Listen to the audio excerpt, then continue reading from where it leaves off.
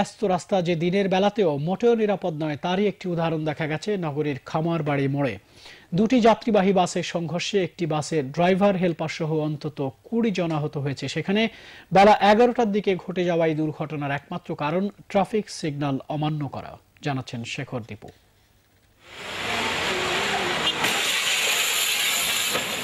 কেউ কিছু বুঝে ওঠার আগেই ঘটনাটি ঘটে যায়।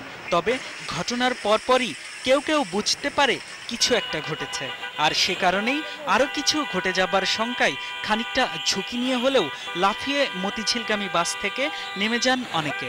ফাঁকা পায়া ড্রাইভার এইটা চলতেছিল, একটাই গাড়ি ছিল, আর ব্রেক করে না, ডাইরেক্ট আসতেছিল, আর এই গাড়ি ওই গাড়ির লগে লাইগা উল্টে কাটতে পড়ে গেছে। আমি আবার ওখান থেকে দৌড়েছিলাম, দৌড়ে এসে পরে লোকজন বাইর করলাম গাড়ি থেকে। আহতদের বেশিরভাগই উল্টে যাওয়া বাসটিরই চালক, হেলপার ও যাত্রী।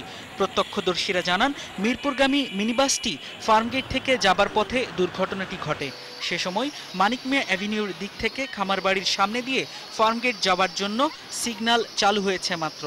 তাই বিপরীত দিকের সেই সিগন্যাল পুরোদমে চালুর আগ মুহূর্তে পার হতে যাবার অসাধ্য চেষ্টা করতে গিয়েই ধাক্কা খায় মিনিবাসটি।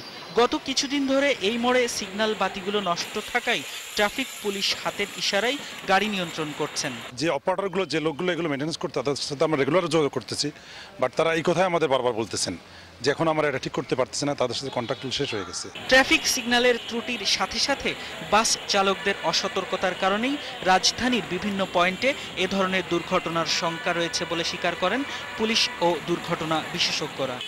মাস তিনেক আগে একই জায়গাতে ঠিক একই রকমের ঘটা দুর্ঘটনায় মারা গিয়েছিল দুজন। সিগন্যাল বন্ধ হয়ে যাবার পরও ড্রাইভারদের তড়িঘড়ি করে গাড়ি নিয়ে পার হয়ে যাবার প্রবণতার জন্যই এমন সব ভয়াবহ দুর্ঘটনাগুলো সিগন্যাল